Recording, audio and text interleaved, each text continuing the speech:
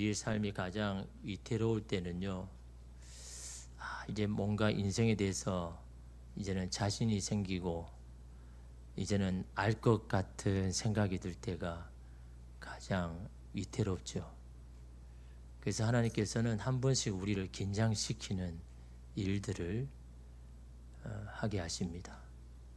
그래서 우리는 하나님 앞에 항복하게 되죠. 하나님, 제가 나의 인생을 다 아는 것 같았는데 저는 하나도 모르고 있었군요 라고 주님 앞에 겸손하게 나가서 항복을 하게 됩니다.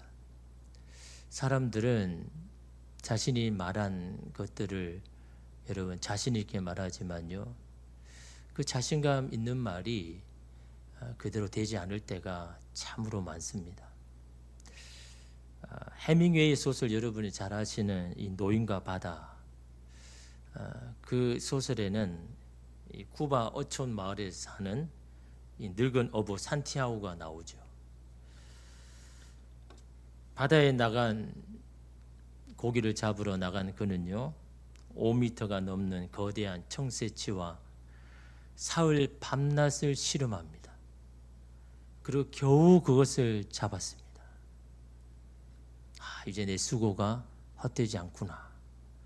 내가 사흘 동안 포기하지 않고 이렇게 내 수고를 다했으니, 이렇게 좋은 이 거대한 청새치를 내가 내 것으로 만들게 되었구나 라는 그런 생각을 가졌는데, 잠시 지나서 이 청새치의 피냄새를 맡은 상어떼들이 달려들죠.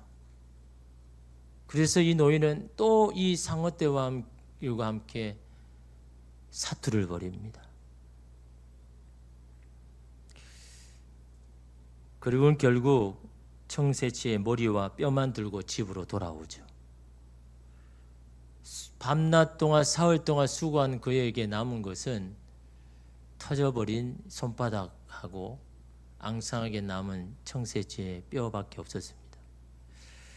근데 그 책에 보면요, 이 상어떼의 공격을 받고 모든 수고가 숲으로 돌아갈 때, 그때 노인은 이렇게 외치죠. 인간은 패배하도록 창조된 게 아니야. 파괴될 수는 있어도 패배할 수는 없어.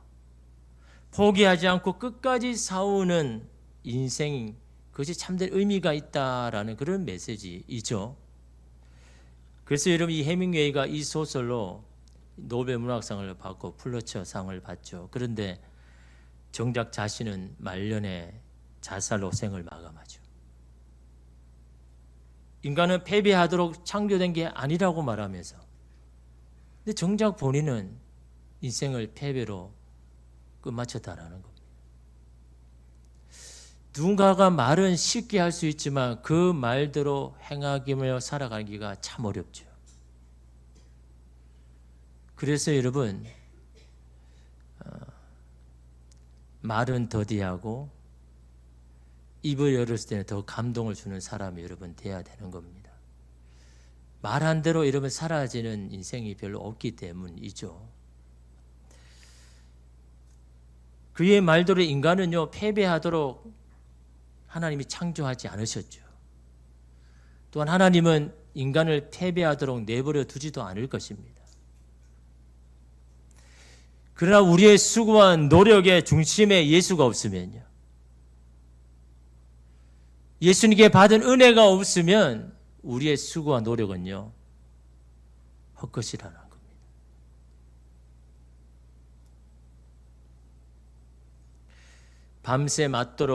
밤이 맞도록 베드로는 수고를 했습니다.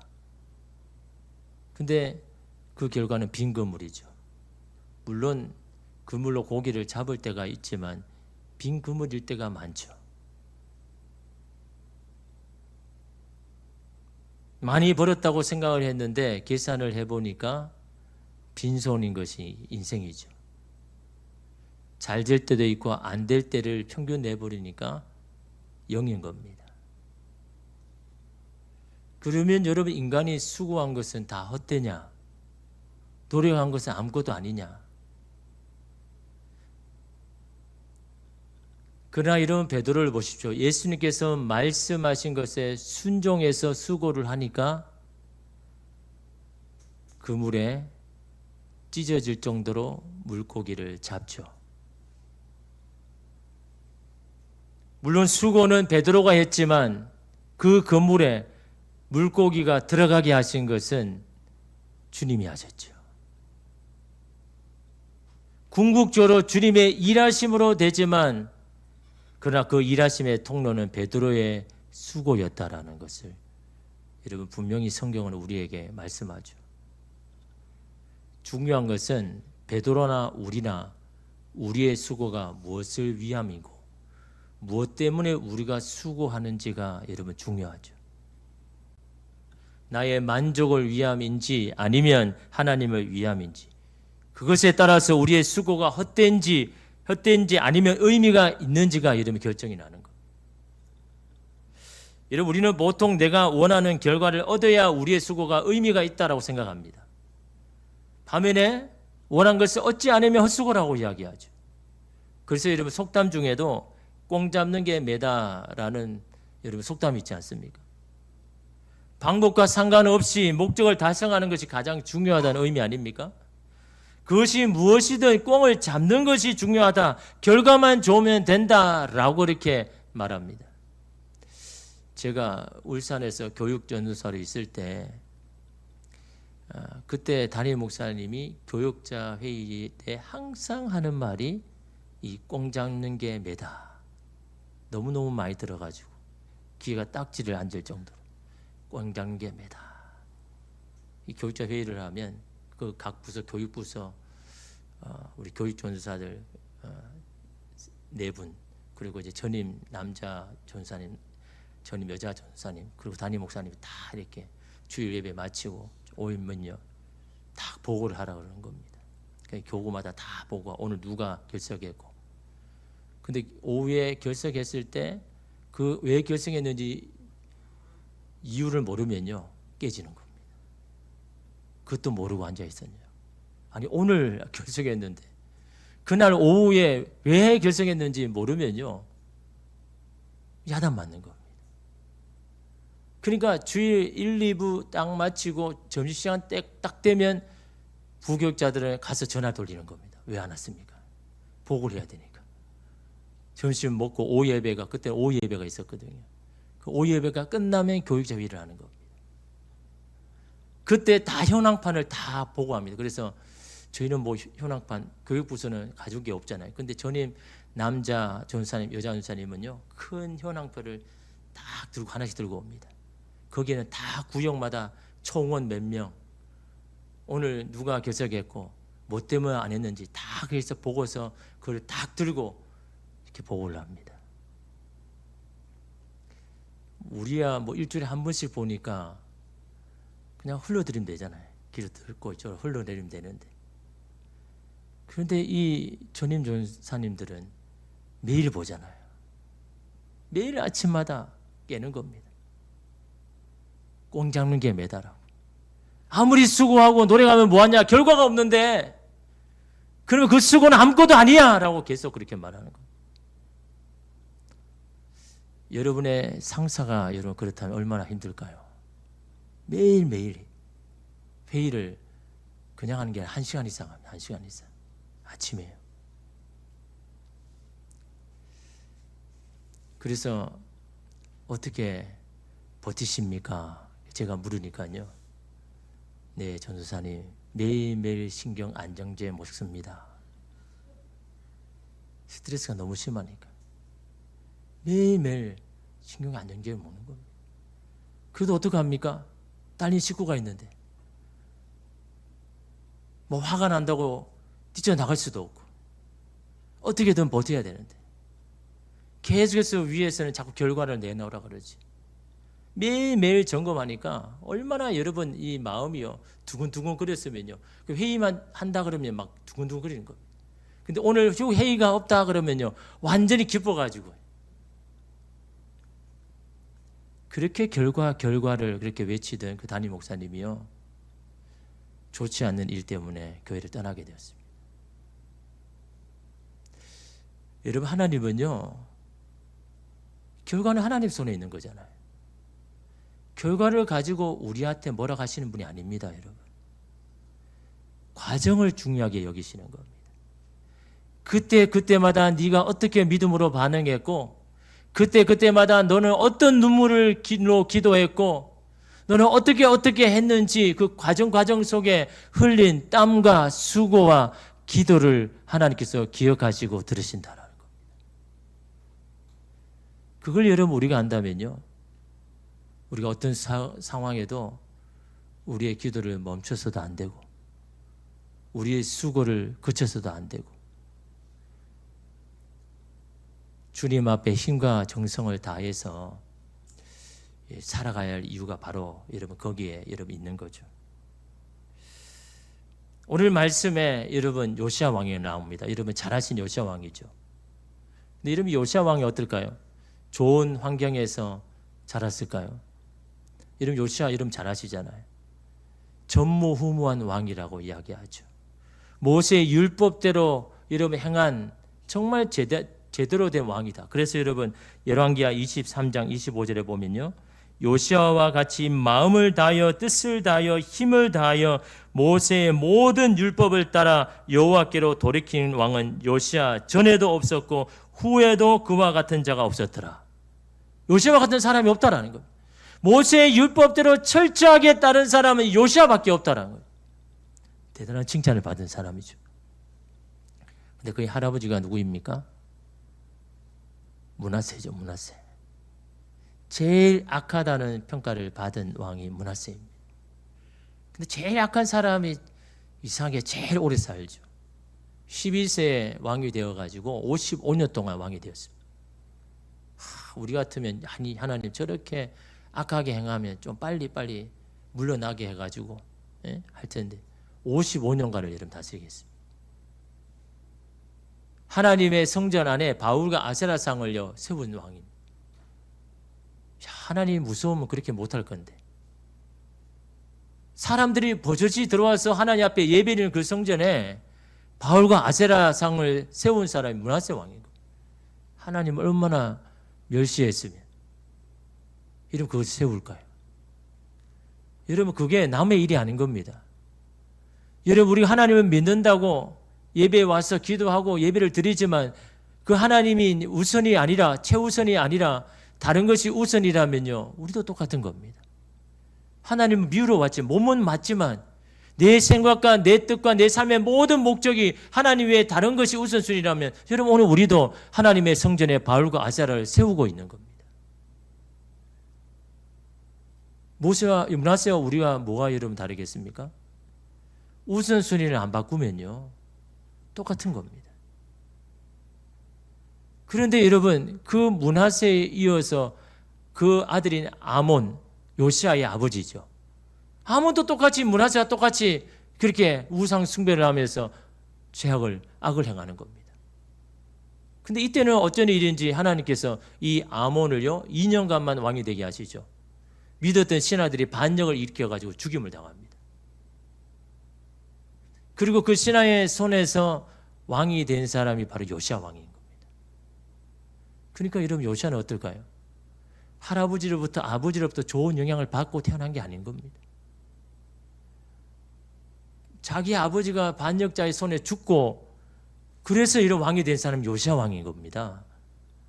그런 상황과 형편을 보면 사실은 이렇게 하나님께서 이렇게 평가받을 수 있는 그런 여러분 삶이 아니잖아요.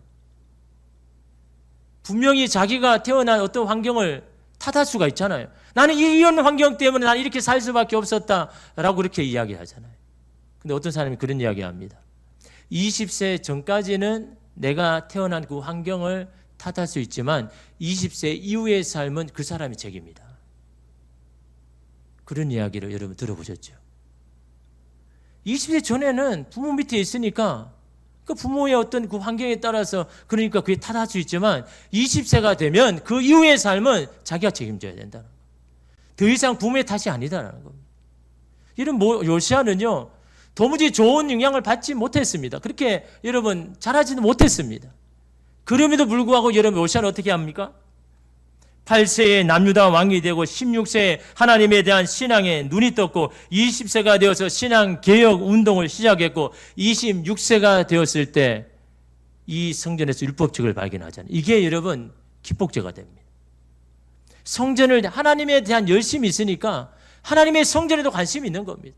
그러니까 하나님의 성전을 막 돌아보니까 너무너무 망가진 게 많은 겁니다. 그러니까 마음이 너무 아파가지고 이 성전을 좀 수리해라. 청소도 하고 그러다 발견된 게 율법책인 겁니다. 근데 율법책을 보고 깜짝 놀랍니다. 이대로 했다가는 안 되는 겁니다. 그래서 여러분 그 앞에서 옷을 찢고 막 탄식을 하죠. 이스라엘의 운명이 누구 손에 있는 것을 깨닫습니까? 하나님의 손에 있다. 그런데 그 하나님의 손이 이스라엘을 지금 멸망시키려고 하고 있다는 거. 그 때문에 깜짝 놀라요. 그래서 여러분 13절에 여러분 보면요. 너희는 가서 나와 백성과 온 유다를 위하여 이 발견한 책의 말씀에 대하여 여호와께 물으라. 우리 조상들이 이 책의 말씀을 듣지 아니하며 이 책에 우리를 위하여 기록된 모든 것을 행하지 아니하였으므로 여호와께서 우리에게 내리신 진노가 크도다. 하나님의 진노가 너무 커가지고 이 나라가 이제는 망하게 되었다라는 겁니다. 그런데 이 말씀대로 그대로 되는 건 아니냐? 너무 걱정이 돼가지고 정말 그대로 이루어지느냐라고 그렇게 생각을 해서 물어보라. 이걸 잘하는 사람에게 찾아가서 이대로 정말 하나님께서 하실 것인지 물어봐라. 라고 해서 여러분 이 제사장과 신하들이 여선이자 훌다를 찾아가죠.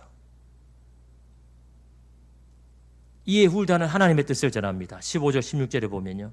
훌다가 그들에게 이르되 이스라엘 하나님 여호와의 말씀이 너희는 너희를 내게 보낸 사람에게 말하기를 여호와의 말씀이 내가 이곳과 그 주인에게 재앙을 내리되 곧 유다 왕이 읽은 책의 모든 말대로 하리니. 율법책에 적힌 그대로 행할 것이라는 겁니다. 만약 다시 회개하고 돌아오면 취소하겠다는 말이 없습니다. 보통 같으면 어떻게 합니까? 내가 너의 죄로 인해서 진노를 내릴 것인데 다시 나에게로 돌아온다면 나 그거 취소할게. 보통 그런데. 근데 훌다는 그 이야기를 하지 않는 겁니다. 하나님께서 정하신 대로 그대로 할 것입니다. 이스라엘 땅에 멸망하도록 하나님이 진노를 내리실 거예요. 라고 그렇게 이야기하는 겁니다. 다시 말하면 기회가 없다라는 겁니다. 이제 멈추지 않을 것이라는 겁니다. 이제 어떤 회개를 해도 되돌리지 않고 그것으로 돌아가지 않을 것이다. 더 이상 소용이 없다라고 그렇게 말하는 겁니다. 이런 말을 요시야는요, 이 선지자를 통해서 들었습니다. 어떻게 해야 될까요? 네가 아무리 그렇게 노력을 해도 소용이 없다라는 겁니다. 이스라엘이 망하는 것을 멈출 수가 없다라고 이야기를 하시는 겁니다.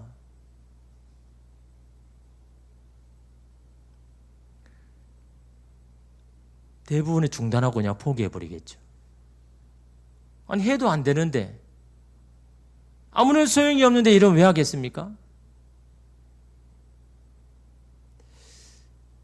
그래서 여러분 요시야가 그 이후에 여러분 신앙 개혁 운동을 막 적극적으로 하죠.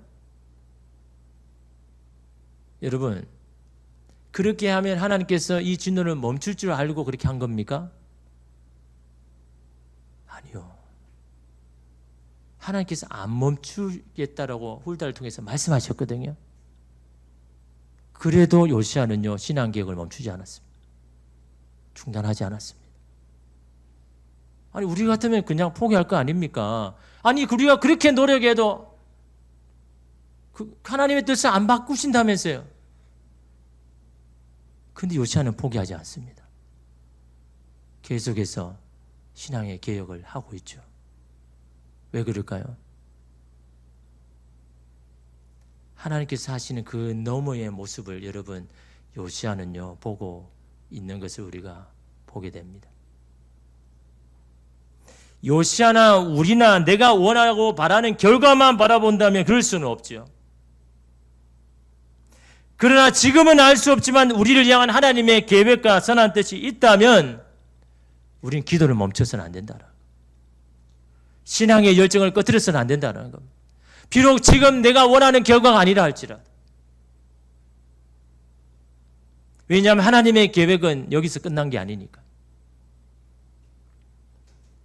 여러분, 요시아가 신앙 개혁을 하니까요, 우상 숭배가 그냥 만연한 것처럼 당연하게 생각했던 이스라엘 백성들이 잠시 멈춥니다. 브레이크를 겁니다. 우리가 지금 잘못된 길을 걸어가고 있구나. 그래서 그것 때문에 여러분, 소수지만요, 하나님께 돌아간 사람이 있었습니다. 하나님 앞에 이런 회개하면서 돌아간 사람들이 있는 겁니다. 근데 놀라운 사실은 이스라엘이 멸망했지만 하나님 그 다음을 계획하고 그 소수의 사람을 통해서 이스라엘 회복을 위해서 일하고 계시더라는 겁니다.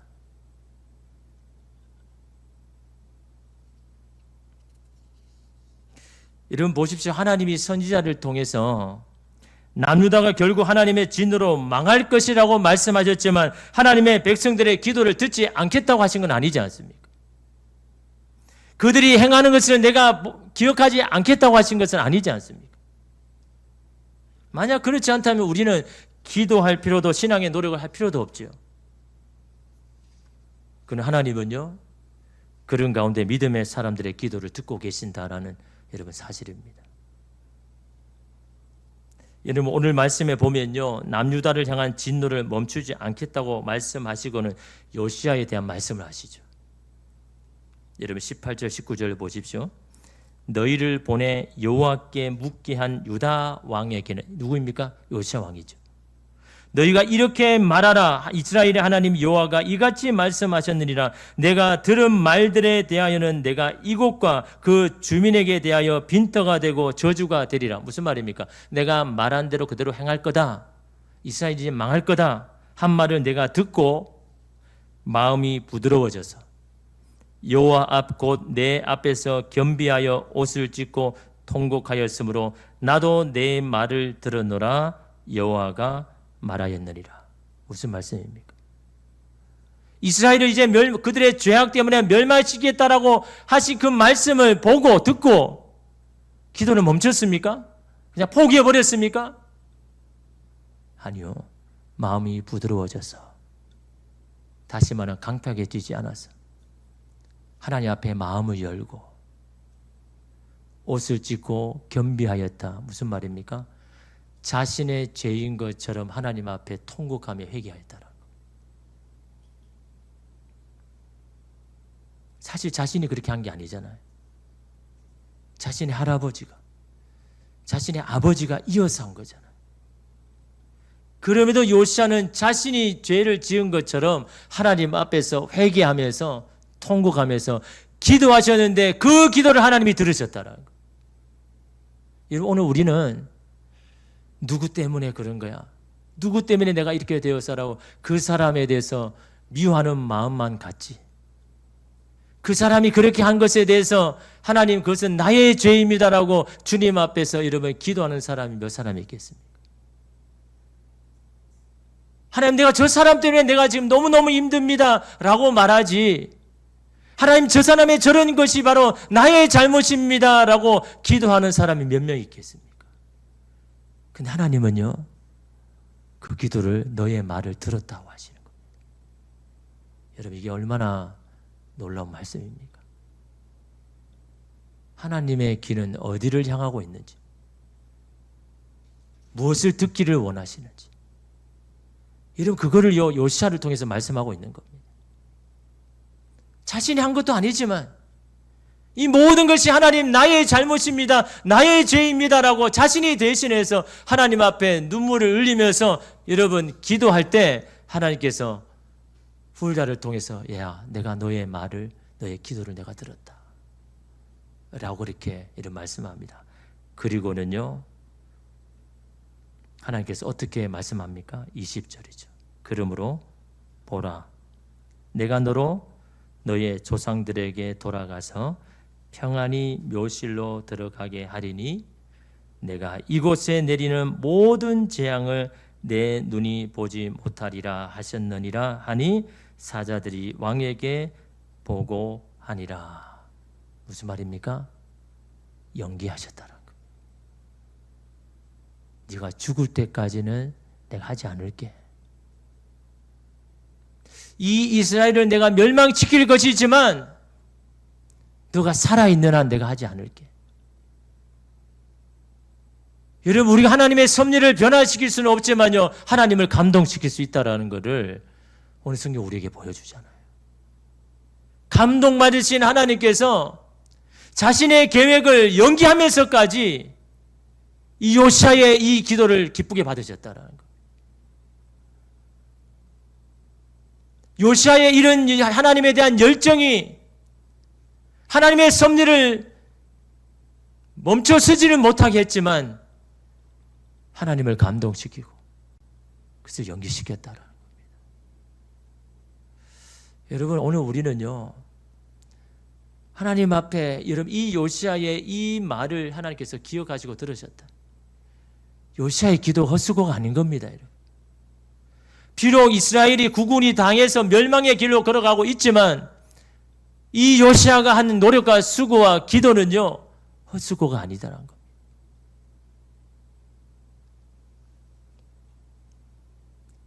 하나님을 감동시키는 우리의 수고와 기도는 뭘까요? 바울이 그걸요, 고린도전서 15장 10절에 이렇게 말씀합니다. 그러나 내가 나 된 것은 하나님의 은혜로 된 것이니 내게 주신 그의 은혜가 헛되지 아니하여 내가 모든 사도보다 더 많이 수고하였으나 내가 한 것이 아니요 오직 나와 함께 하신 은혜로다 라고 말씀합니다. 이게 무슨 말일까요? 나는 하나님의 수고가 헛되지 않도록 하기 위해서 내가 더 수고했습니다. 그 이야기입니다. 하나님 어떤 수고입니까? 나 같은 죄 많은 사람을 구원하여 주신 하나님의 수고, 그것이 헛되지 않게 하기 위하여서 저는 더 열심히 뛰었습니다. 더 많은 수고를 했습니다. 그래서 나로 하여금 더 많은 수고를 하게 한 것은 바로 나와 함께 하신 은혜입니다. 그 은혜가 뭡니까? 나같이 못나고 나같이 죄 많은 사람을 구원해 주신 주님의 그 은혜가, 그런 은혜를 베풀기 위해서 나에게 하신 하나님의 수고가 헛되지 않기 위하여서 저는 더 열심히 살았습니다. 더 열심히 수고했습니다. 여러분, 우리가 그렇게 수고하고 노력을 했음에도 결과 때문에 하나님 앞에 불평하고 원망할 때가 종종 있지 않습니까? 왜 그렇습니까? 하나님, 저는 열심히 했는데요. 많은 수고를 했는데요. 하나님, 근데 왜 이런 결과입니까? 지난주에 그 장다윗 선교사님이 한 것처럼 하지는 않았잖아요. 시험 기간에 시험 공부는 안 하고 잠만 잤으면서 시험 결과가 나쁘게 나오니까 하나님 왜 나를 이렇게 시련을 주십니까? 그렇게 말했잖아요. 아무 노력도 하고 아무한테 수고도 안 하면서 하나님 왜 나에게 이런 시련을 주셨습니까? 라고 말한다면 이거 참 하나님 앞에 부끄러운 거잖아요. 야, 니는 그런 노력도 하고 수고도 안 했으면서 아니 그 결과를 받아들면서 왜 하나님 나에게 시련을 주시냐고 말할 수 있느냐? 그건 여러분 일반적인 거잖아요. 근데 수고도 다 했습니다. 노력도 다 했어요. 근데 결과가 안 들어오니까 우리는 원망하고 막 불평합니다. 왜 그런 것일까요? 우리의 수고는요, 무엇으로 인한 수고입니까? 주께 받은 은혜를 감격하여 한 수고입니까? 나를 구원하신 하나님 은혜 감격에서 어떻게 하면 더 수고를 할까, 더 노력을 할까라고 한다면 우리는 하나님의 수고 헛되지 않게 하는 겁니다. 근데 반면에 나의 만족을 위한 수고였다면요, 하나님의 수고를 헛되게 만드는 거죠. 우리를 구원하기 위하여서 자신의 아들을 죽이시기까지 그런 수고를 하셨는데 우리가 그 은혜를 다 잊어버리고 산다면요, 그건 하나님의 은혜가 헛되게 만드는 것입니다. 바울이 지금 그걸 이야기하고 있는 겁니다. 나 같은 사람을 구원하신 하나님의 그 수고가 헛되지 않기 위해서 저는요, 하나님 더 많은 수고를 했습니다. 저는 그 은혜가 내게 있기 때문에 내가 수고한 것에 대해서 억울해하지도 않겠습니다. 나를 구원하신 하나님의 은혜가 더 크기 때문에. 이런 바울이 여러분 그렇게 고백했지 않습니까? 하나님이 여러분을 어떻게 구원하셨습니까? 여러분 어떻게 여러분을 수렁에서 건져주셨습니까? 주님의 은혜가 아니면 살 수 없을 때가 있었지 않습니까? 그때는 주님을 위해서 나의 모든 목숨까지도 드리겠습니다라고 그렇게 결단하면서 살 때도 있었지 않습니까? 그런 은혜와 감격은 사라지고 불편함과 불이익과 손해가 올 때마다 속상해하고 억울해하고 있지는 않습니까? 나의 수고가 헛된 것처럼 보일 때마다 낙심해하고 있지는 않습니까? 주신 은혜를 다시 회복해야 되는 겁니다. 보이는 결과가 아니라요. 결과는 하나님께 맡기고 나의 수고가 받은 은혜에 감격하여서 어떻게 하면 더 수고할까라는 이런 그 수고가 오늘 우리에게 있다면요. 저와 여러분의 땀과 수고와 눈물은요. 헛되지 않은 겁니다. 하나님이 하시는 놀라운 일에 쓰임받는 여러분 도구가 되는 겁니다. 주님이 기억하시면 그것으로 족한 겁니다. 여러분 사람이 몰라줘도 괜찮은 겁니다. 오늘 우리의 수고가 주님께 받은 은혜로 감당하고 있다면요. 주님이 기억하시는 것만으로도 여러분 되는 겁니다. 여러분의 눈물의 기도가 여러분이 원하는 결과가 되지 않다 할지라도 하나님 앞에 드리는 그 눈물의 기도가 하나님 앞에서 얼마나 귀한지. 그 모든 문제를 끌어안고 주님 앞에 이 시간 기도할 때 하나님께서 여러분의 기도를 내가 들었다라고 하시는 하나님의 금성이 오늘 저와 여러분에게도 들리는 이 시간 되시기를 주님의 이름으로 축복합니다. 기도하겠습니다.